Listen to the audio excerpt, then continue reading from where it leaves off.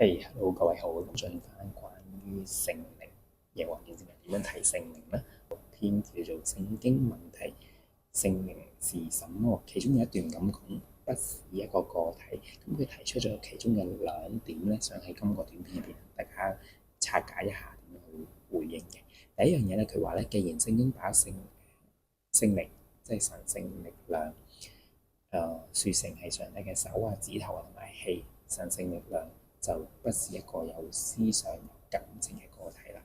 咁上帝嘅聖靈或者神聖力量咧，就必須要在他的控制之下才能夠運作，就像工匠的雙手由他的頭腦和身體來控制一樣啦。呢一個咧係冇聖經嘅經文嘅，純粹佢哋自己加入嘅一啲嘅評論。咁聖經嘅經文咧，佢括住咧就係路加福音第11章13節。呢個經文講緊乜嘢啊？個經文我哋睇一睇嘅喎。你們雖然邪惡，尚且懂得送好東西給兒女，何況天父不是更要把聖靈賜給求他的人嗎？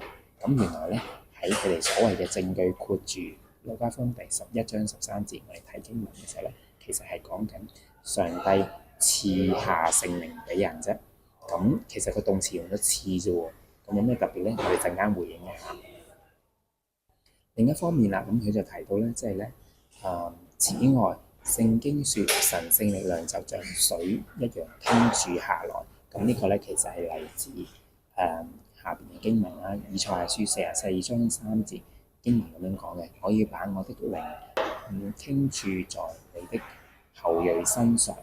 咁呢度講緊用緊個傾注啊，呢一啲咁嘅字眼嘅時候咧，其實佢就話呢一個係一個好似水咁樣嘅液體咁樣傾住，咁呢一樣嘢就去推論聖靈就唔係一個個體啦。咁可以點樣去用聖經具體回應呢兩點咧？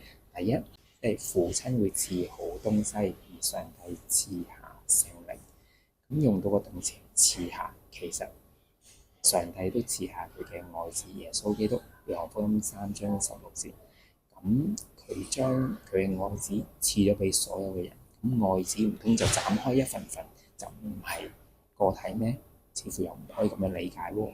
咁所以又話呢個觀點咧冇好實質嘅一個理據。第二點啊，就係關於傾住嗰樣嘢，咁係個體嘅時候，又可唔可以好似水咁樣傾住咧？聖經點講㗎？